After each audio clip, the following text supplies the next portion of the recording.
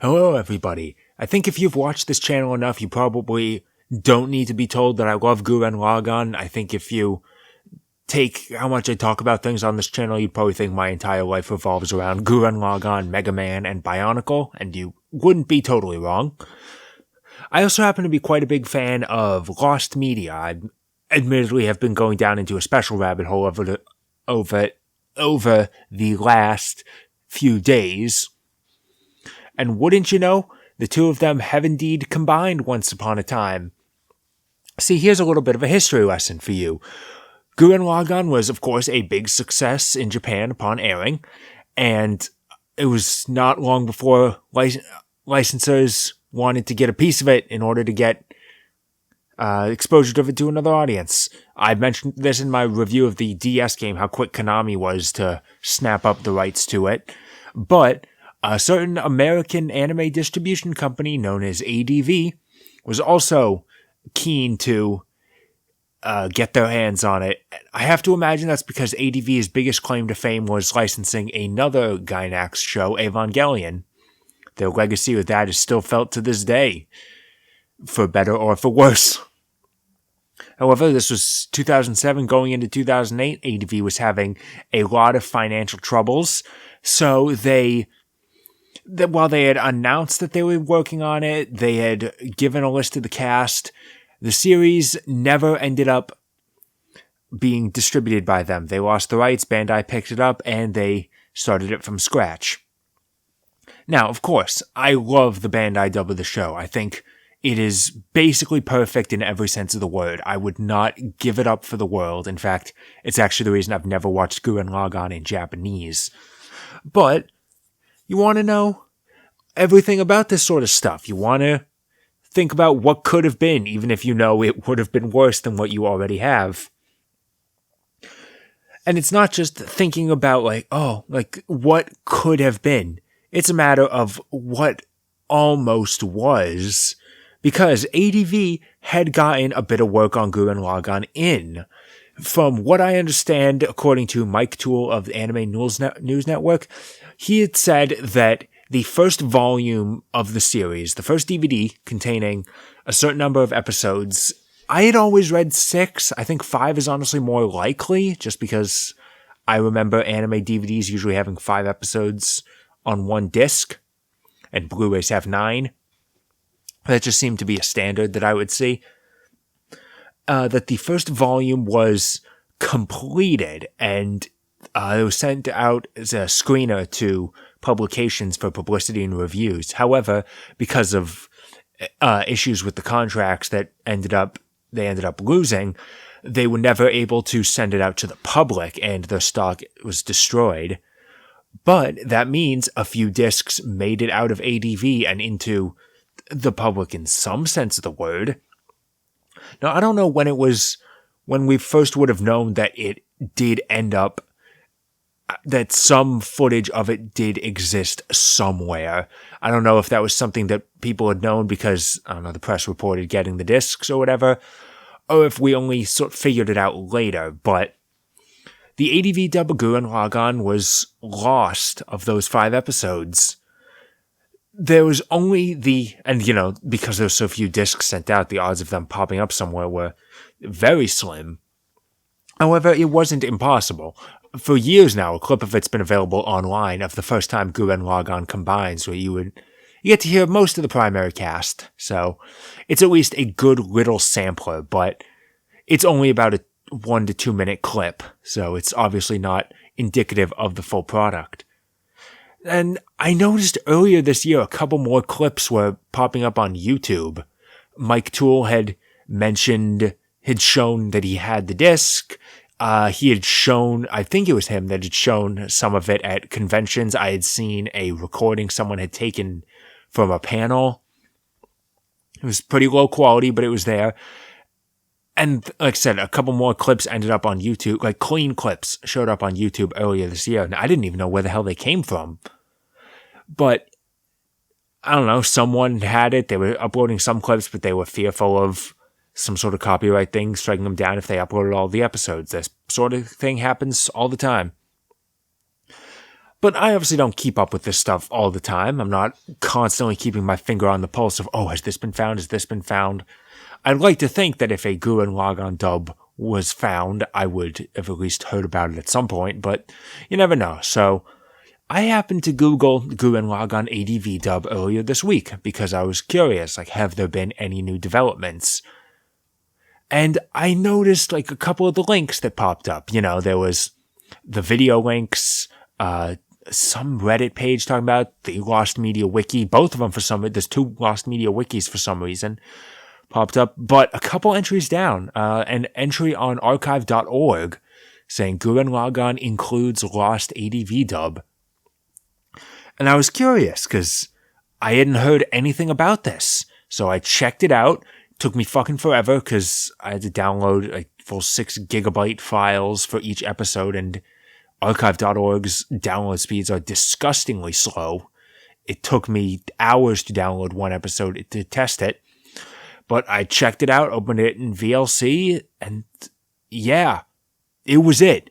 The ADV dub was a separate audio track. I put it on. It was a clip I had never seen before, using the audio of this different cast. I was stunned. It was found. The full 5 episodes were found completely. And more shocking to me was they had been found like a year ago. It said they were uploaded to archive.org in December 2020. So I go into looking at like when this news would have broken. And that's the strangest part. And that's the reason why I'm making this video, because I feel like I'm going crazy. The news wasn't broken as far as I can aware. You search ADV on the Gurren Lagann subreddit, there's only the links, all of the posts talking about it predate December 2020. Both Lost Media Wikis have absolutely no mention of it. They both just say partially found because of the few clips that exist. And I have no idea what the hell is going on here. I made a post on the Gurren Lagann subreddit. Nobody paid attention to it. No one upvoted it. No comments. I don't know what the hell's going on here. This lost dub of 5 full episodes has been found and no one seems to give a shit. What's going on here? I understand I'm more connected to Gurren Lagann than plenty of other people. It means a lot to me, but why does no one else care about this? I thought any sort of lost media discovery was at least interesting. I think at least the Lost Media Wiki would care about it. It's not like it was hard for me to find it. I Googled Gurren Lagann ADV and it was on the first page of Google. I have to wonder, am I the only person that Googled it? Did everyone else just like click on, they just wanted to know what it was and they clicked on the Lost Media Wiki thing, maybe a video, and they didn't go further down the page? Did everyone else who saw the archive.org link just not care that much? What's going on here? Why did no one report on this? Why did no one care? Why is it seemingly a year later I'm the first person to discover that it was posted online? It's all fully preserved. I don't know who the person is that saved it. I don't know what their deal is, but there it is. It's been found and no one seems to care except me, which is why I'm making this video, because my tiny channel is going to get the word out or something. I don't know. But it's not just me ranting about the fact that this thing has been found, this dub has been found. It's that I wanted to talk about it. As soon as I confirmed that it was legit, I spent a full day downloading all the episodes so I could watch them all and see the differences. And that's what I'm here to talk about. I don't expect this to be long because it's only 5 episodes and I don't need to go into absolute perfect detail. But I at least want to go into the generals on what sorts of things I noticed while watching this, because I did notice all the differences. I've seen Gurren Lagann enough times that I do know all of this stuff. The differences are strange in that it's very different but very similar. You know, it's not like this was some weird dub that was handled in a completely different manner than the one we got, you know. It was obviously translated differently. It's a different person doing it. But it's not like this was aiming for some different demographic. It was both of them are, I assume, accurate translations. They both have the same tone. Neither one of them goes any sort of weird direction with different kinds of jokes, any sort of censorship, none of that. There's no real differences in content between the two of them. It's just the way it's presented because it is a different script translation. And I can't entirely say that the script itself is all that bad. In fact, there's a couple lines I actually do prefer over the Bandai dub. Like, immediately in the first episode, that opening that never goes anywhere, there's a part in the Bandai dub where someone looking at the radar says, enemy fleet size is off the charts. And yes, I do have these lines memorized. Here's how it is. The ADV, it obviously gets the point across. There's so many enemies.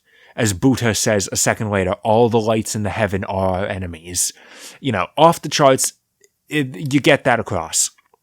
The ADV dub instead puts a number on it. Enemy size is 10 to the 68th power. And I made a special note of that because I'm like, oh, I actually like that they gave it a number. They're not just saying it's big, it's uncountable. I'm thinking of the Sonic Boom joke. This thing is off the charts. Luckily, I have a bigger chart. And I like the fact that they gave obviously not exact, but a definitive enough number on it so we can contextualize and quantify, yeah, it's a fucking big number of enemies. There's in the one clip we had for the longest time of Gurren Lagann's first combination in episode 3, Kamina's big speech while he's doing it, he says, masculine soul set ablaze, courage, combination, Gurren Lagann. And I'm going to be honest, I love that line a lot. In fact, when I try to remember the Bandai dub version of the scene, that line always manages to sneak in there and like overwrite the final one because I like that line a lot. And I feel like the biggest differences in script come in during episode 5. And it's not just the writing is different, but it leads to different interpretations. I don't know which one would be more accurate to the original Japanese intent, but it did actually get me thinking, like, oh, I never considered that. The big examples I think of are when Father Magin has everyone in ADV Village draw straws because the population went over 50. I'm not explaining all this because I'm sure people watching this know Gurren Lagann. You know what I'm talking about. When Rossi was confronting him about it later, he says, it's at least implied with the ADV dialogue that Father Magin always rigs this selection so that the people who would least be missed, least be mourned for are the ones that get chosen. I don't know if that's what the Bandai dub was trying to say, but the intent I got from the Bandai dub was him specifically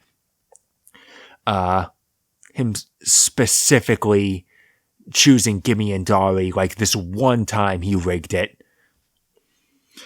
And I think that in Bandai interpretation's a little bit better because, you know, Ross, you asked later, like, what about my mother then? And, you know, I think a mother with a young child is someone who would be grieved for significantly, so it wouldn't make sense that she was specifically chosen.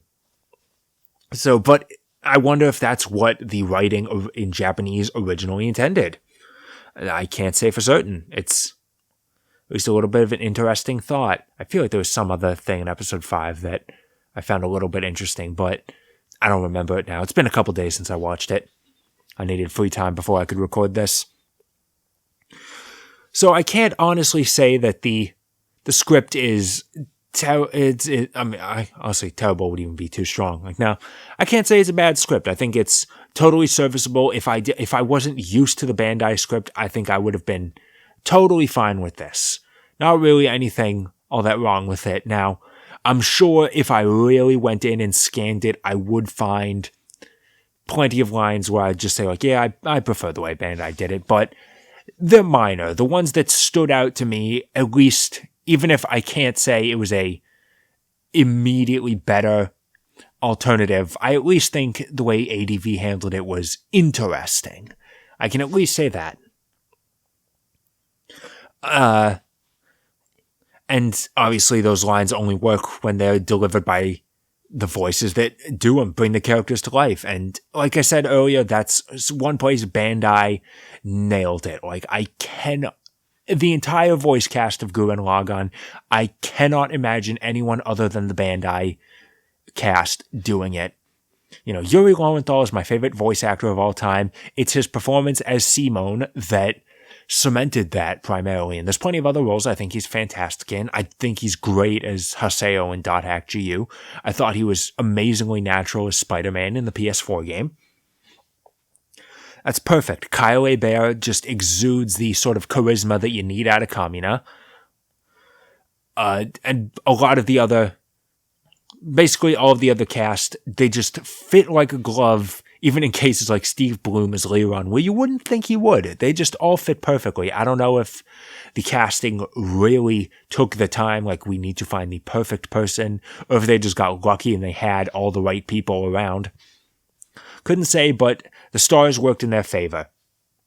But at the very least, looking at the cast list that had been available for the ADV version, there were at least a couple interesting ideas. The one that most old-school anime fans gravitate towards was Brett Weaver as Kamina. Now, I'm not super familiar with a lot of the old ADV stuff. I'm not really familiar with a lot of the roles Brett Weaver has. Like, I know he was Toji in Evangelion. He was Damaramu in Dragon Half because, God, I'm going to be the only fucking person who makes that comparison. Dragon Half is good. You should watch it. He was good in that. I'm sure he's done plenty of other stuff that would be interesting. Whatever. But a lot of people thought, like, yes, he has that manly spirit that Kamina needs. And I understand there are other roles of his that would have given that impression. That's fine. I thought it was funny that they cast Tiffany Grant as Yoko, because she's obviously best known for her role as Asuka in Evangelion. Having her play another Gainax feisty redhead, that's funny. Josh Greeley was set as Simone, and I've seen him in other stuff. I've seen him as Issei in High School DxD. I know the man can do it. And then there were just some other weird choices, like Vic Mignogna was Viral, and that one, there's no two bones about it. We've known that one since that one clip that's been available for years. He's terrible. He is the wrong choice for Viral. Like, he's trying too hard. He's trying too hard to do a voice. And early on, I understand that sort of stuff could work when Viral is supposed to be. There's a set of episodes, not quite this early on, but around like 7 through 12, where he's kind of this pathetic loser. The kind of voice Vic Mignogna is going for would work in that section, but early on when he's supposed to be a credible threat, and later when he's a hero, it would not have worked in the slightest. It would have just been terrible. So, there's at least some good ideas for the voice cast. Now, how well do they actually perform? Not that good. I'm sorry to say. This was obviously the biggest thing that the ADV dub had to live or die by, the quality of the voice acting. I have no doubt that all the voice actors are talented. I just don't think it works. I think the biggest problem, however, is direction. I think that was the biggest downfall of the ADV dub, and I think it would have severely hurt the show's maybe not popularity, but quality if they had gone through with it. Because I understand Gurren Lagann is the textbook over-the-top anime. It absolutely is. But the ADV voice direction was trying too hard to be theatrical. Like, everyone is big. Everyone is saying these lines in these very over-the-top, in-your-face way, and it just doesn't work. Not every line is supposed to be delivered like that. A lot of the lines are just supposed to be people talking, people being normal. And you just don't get that across. There's no subtlety to it. And I think that's one of the things that the Bandai dub excelled at. Like, how quickly you don't hear people doing voices. You just begin to accept, yeah, this is what these characters sound like. And I feel like that's one of the aspects of voice acting that's so underlooked overlooked, I suppose, is the correct word, when you're judging it, is how natural they sound, like how well you accept that it's not just a performance. And that, honestly, this is the sort of thing I'd never even thought of before watching this, but how many good dubs I think of where it's not just, this is the voice I'm used to, so when I think of the character, this is the voice I hear. It's how much do I believe that that's what the character sounds like. Now, obviously, the ADV dub has the detriment of being the second one I watched. I'm so attached to the Bandai dub that this feels wrong. These aren't the voices I would hear. But I can absolutely say, without a shadow of a doubt, that it absolutely does sound like a performance. Maybe it's not the sort of thing I would have noticed if I didn't have another dub to compare it to, but I do, and I think it is absolutely to its detriment. And sometimes it's not that bad. When Kamina is doing a big speech, it sounds okay. I still think Kyle Hebert does it better, but in those circumstances, I think Brett Weaver works. But with someone like Tiffany Grant's Yoko voice, I think it's too... People have levied this critique against her for some of her Asuka performances, that it ends up being too high-pitched, shrill, whiny. I guess I can understand that, but I think that works for Asuka. Despite the fact that Yoko is the same age, however people want to debate that, 14, I don't know, cave years, whatever. That's not the way her character is historically portrayed. She is more in control. She is more calm. She has a better head on her shoulders, even if she does get loud, she does get violent, she does get fed up with a lot of this stuff. That is just a general difference in the way the characters are portrayed, and the voice acting does not have that sort of difference. I've said Josh Greeley as Simone is one I can honestly see. I think after watching the dub, his is still the one where his is probably the only voice in there where I can honestly think like, yeah, okay, if you directed him better, I think he would have been fine. I think a lot of the other characters just don't have that right sound. I think Josh Greeley would have been okay. Probably better in the second half where he can use a little more of his natural voice.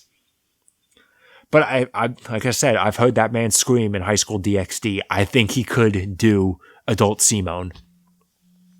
But even then, like, as child Simone, or I should say Simon, because that's like the one difference from the Japanese that this dub insists on. His name is pronounced Simon, which gives us a third fucking version of his name. I understand the naming is a little bit weird. In Japanese, it's Shimon. The dub was like, okay, well, they spell it Simon. That's just how we're going to go with it. The Bandai dub just tried to come up with a compromise. Like, yes, it's spelled without an H, but they say Shimon, so we're going to say Simone. It's admittedly a weird compromise, but it works too well. Honestly, unless I'm talking about Simon Belmont, I see the name Simon. My first instinct is to pronounce it Simone. Whatever. Either way, okay, going back. Josh Greeley's performance as child Simone. I can't. I have to say it that way. Child Simone. It's too... that kind of... I don't know how better to describe it. That sort of, again, whiny, voice cracking sort of thing. And I understand Yuri Lowenthal is putting on a voice when he is young Simone. Actually, I have a little bit of a story. One of the first roles I associated Yuri Lowenthal with was Jasper Bat Jr. in No More Heroes 2, where he is very purposefully putting on that kind of nasally voice. And I hate that character so much because it's a terrible final boss. Then when I first started watching Gurren Lagann, I heard him doing a sort of similar voice for Child Simone. I was like, oh dear God, this is gonna suck. I'm not gonna be able to handle this. But before long, I was accepting that as that's what Simone sounds like. Not just because it's just a natural, he did it so naturally, like I was saying before, but because it's not that bad, honestly. Like, he understands, the Bandai dub understands that that's not the way he always sounds. Like, there's points where he's specifically, like, chickening out, being a coward, where he is supposed to sound that way, but Plenty of other times he is just casually talking to people, or he is being cool. And there are differences in the way he's portrayed in those situations. The ADV dub doesn't really get that subtlety again. And he sounds overdone, whiny, nasally in pretty much every line he has. And it really does a disservice to Josh Graley's performance. Now, this could be my fault, but honestly, a lot of the time I was having trouble even listening for it. I'm like, is that him?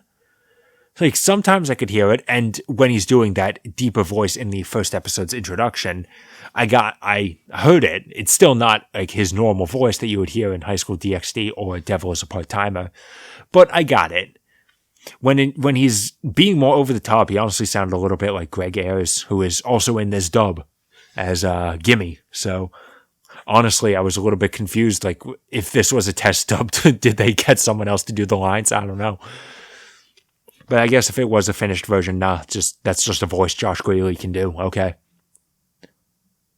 And I feel like I should be used to him doing voices like that because I watched most of Attack on Titan dubbed where he's Armin. And he does that kind of voice, I think. Though it's probably not as bad in Attack on Titan. It hasn't even been that long since the Season 4 Part 1 dub last aired. I don't know, whatever. I'm getting off track here. Basically, the direction is really what kills the ADV dub. It's what really does put a damper on the entire experience. I think if it was better directed, I could see plenty of these voices working, though a lot of them I do see as being immediately inferior to their Bandai counterparts. Honestly, I have to wonder if Vic Mignogna was directed completely differently. I'm still not sure he would work too well as Vero, because Vic Mignogna does have a generally high-pitched voice. I don't think it would be a great fit. At the very least, whenever I hear him, I think Edward Elric, and that's sort of the voice I get out of it. So, see, Sam Riegel's just great in the Bandai version. I'm not sure Vic Mignogna quite has the right voice for this sort of thing. And the interesting thing is there's the cast list had cast voices for characters that went beyond the 5 episodes that we know they recorded at least. Like, most notably, they mentioned that Lucy Christian was cast as Nia. Now, again, I can't say anything for certain because I'm not super familiar with Lucy Christian's voice. My best, despite the fact that she's in both Full Metal Alchemist series, my clearest thought of her voice is Honey from Ouran High School Host Club. Maybe not a bad choice. Again, when you're comparing it to the Bandai dub, there's just no comparison. Hynden Walsh was perfect. Like, I think more than anyone else, she was perfect for the role of Nia. Like, and it's a little mean to say, like, no one else could do it better because the Bandai dub also had Bridget Hoffman as Nia. No disrespect to Bridget Hoffman. She was good in the second half. I like her as Adelie in Dot Hack GU. She's no Hynden Walsh, though. Hynden Walsh is the primary reason I want to watch Teen Titans at some point. Like, I don't care if people say it's a good show. I just want to hear more Hynden Walsh basically doing the same character as Starfire. But I have to wonder, like, they cast her. Did they do any more work? Like, were there any more episodes besides these 5 recorded? I'm going to guess no. Like, maybe they started doing some work on episode 6, which I assume they'd be using the censored version. It'd be nice if they had an uncensored one, just because it's always nice to have the uncensored version. Censored episode 6 sucks. But there's definitely, I can't imagine they got all the way up to episode 9, so there's probably no archive audio somewhere on a hard drive of someone who bought assets from ADV's remnants, whatever. That whole thing is a mess. That of Lucy Christian reading lines as Neo. She probably read some as an audition or just had someone at ADV just think of the character and be like, yeah, she'd be a good point. Just, does she accept? Okay, we'll cast her. And maybe she never read a line. I don't know. But I do wonder if there is any further information on these, if there is any further assets on a hard drive somewhere, or if with the upload of these 5 episodes that no one cares about, we can honestly definitively close the books and say, yep, ADV dub fully found. Like, we're done. Unless someone wants to start splitting hairs and being like, yeah, we have all the audio for a dub, which is the only part that matters, but we don't have the credits, which are different. Mike Toole uploaded a screenshot. You know, they are fully translated credits with the ADV crew and cast. And the upload on archive.org uses the video and the other audio files, probably the subtitles as well, from the Blu-rays. They just also put in the ADV audio file. You know, better quality, whatever. Honestly, that's the sort of thing I'm not going to get bent out of shape over. It would be nice if they just uploaded like a disc rip of this version, because it'd be interesting to see like what did the menus look like. But honestly, I don't think that's all that important. And I will say, one further positive on the ADV side, it is actually a little bit more fitting watching episode 4 with the ADV dub. Now, I watch Gurren Lagann like once a year. I skip episode 4 because it's terrible. But I will say, watching it with the ADV dub has a little bit of fittingness to it, because the animation is off-brand from what I know and love. Now the voices are off-brand from what I know and love. Now it's just completely wrong, and that's really the only way to salvage it. Otherwise, you just have the same good voice actors, but with god-awful animation. So it really does just look bad. Now it's at least really wrong, and honestly that makes it a little more right. So anyway, I just wanted to get the word out that this dub has been found for all you, much like what I said about the DS game, for all you Gurren Lagann super fans. Hey, here's a piece of history that you'll want to get familiarized with. But again, unless you're a Gurren Lagann super fan, it's really nothing to write home about. It's not some great hidden gem that we've managed to unearth. Maybe that's why no one cares. It's just, hey, it's closure. We can close the books on it. We know for sure now it wasn't as good as what we got. We traded up. And I think that does basically close the book on Gurren Lagann Lost Media, I think. Or was there an Animax dub of Gurren Lagann that we now need to find? Which is never going to fucking happen, because no one ever finds Animax dubs. Is there any assets for that MMO that we can get? Can we corrupt a hard drive with that? Again, I don't know. That was a weird story, man. Look up the Gurren Lagann MMO. I briefly mentioned it in my review of the DS game. That was a weird story. I don't know how Konami fucked that one up so bad. But I guess a lot of people nowadays would say, yeah, like par for the course for Konami. And the question is there any chance of the Gurren Lagann ADV dub getting re-released? Because ADV stuff is always a weird mystery. Like, when Evangelion was coming to Netflix, a lot of the story was like, yeah, ADV went out of business, so they can't get the rights to it back. They can't get the rights to the dubs they produced back. That's why Netflix has to do a new dub. And that was always weird to me, because I'm like, no, but I've watched Cromartie High School. I've watched Ghost Stories. Those are both series that are available under new licensors nowadays with the same ADV dub. So I was always under the impression that like the dubs, even if they were produced by a licensor, like rights to them would revert back to the original license holder. Like, you know, Aniplex owns the American distribution rights to Gurren Lagann or Fullmetal Alchemist. Those are released with the Bandai and Funimation dubs of those. There's no problems there.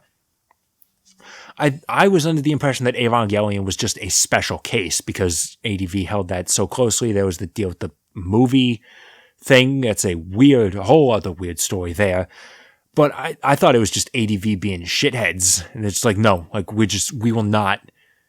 Maybe in most other cases, like the people who previously owned the license are just willing to play ball and to be like, yeah, you can just have this dub. You own the license to it. It's fine.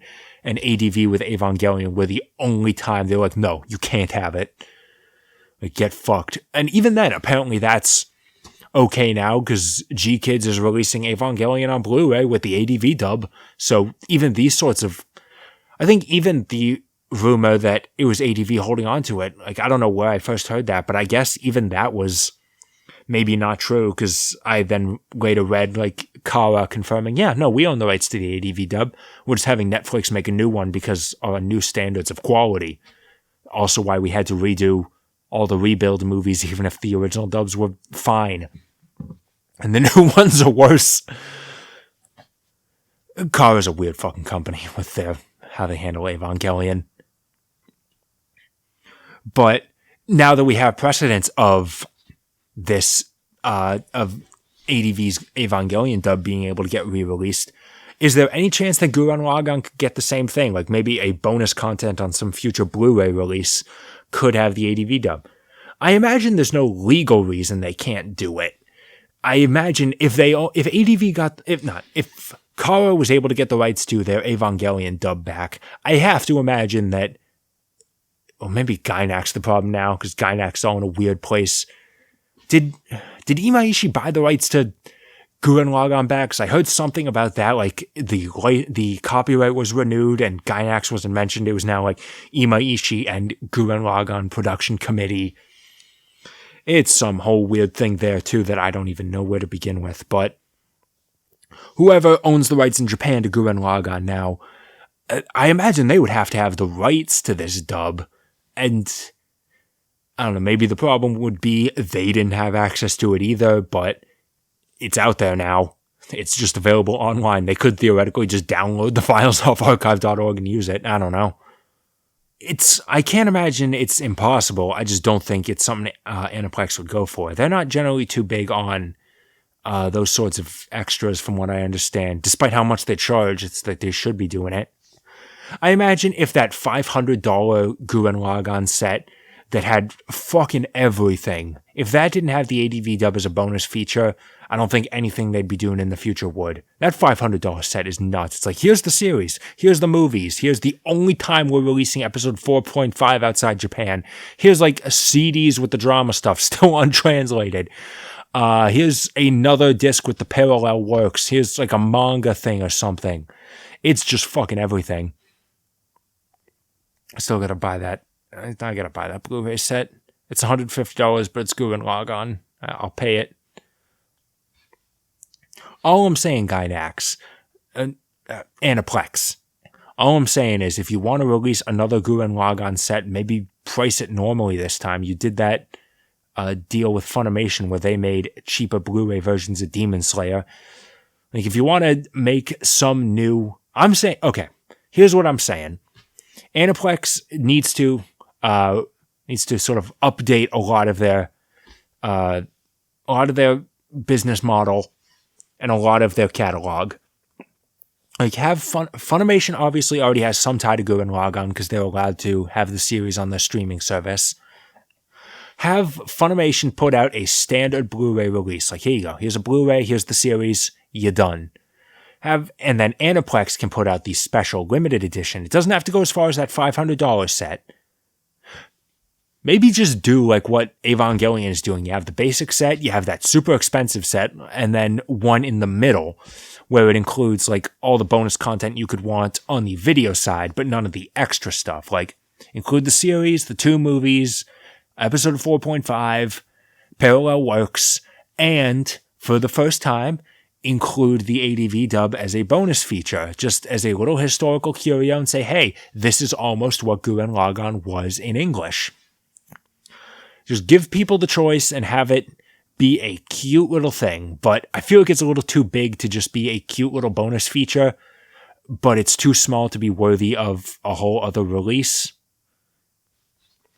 So I don't know, I feel like maybe no one just wants to touch it, like, it happened, we don't really care, and that's, honestly, it's not really too worth saving. So long as the fans can save it, it's not really worth the company going out of their way to handle it, whatever. So that's the end of the Gurren Lagann Lost Media saga. I guess I can rest easy knowing that that's done, and I've instead decided to now focus my energy on getting the Canadian Dragon Ball Z Kai dub released. And again, for like the 5th time I'm saying it, that's a crazy fucking story again. Like, at this point, it's not even rumors. It is confirmed by every single person in the business. Voice actors, voice directors, governmental entities, Toei. Everybody has confirmed, yeah, Ocean Group recorded a full dub of Dragon Ball Z Kai. Not final chapters, but all of DBZ Kai. It's all done. but no one's releasing it. Like, we just have it in our archives. It's so weird. Like, yo, it's done. Like, even if you don't want to put a home media release on it, like, it's some TV station in Canada. Just air it, man. Have it be out there. Why is it so weird that this 97 episode series is just locked behind a vault? Lost media is a crazy thing, guys.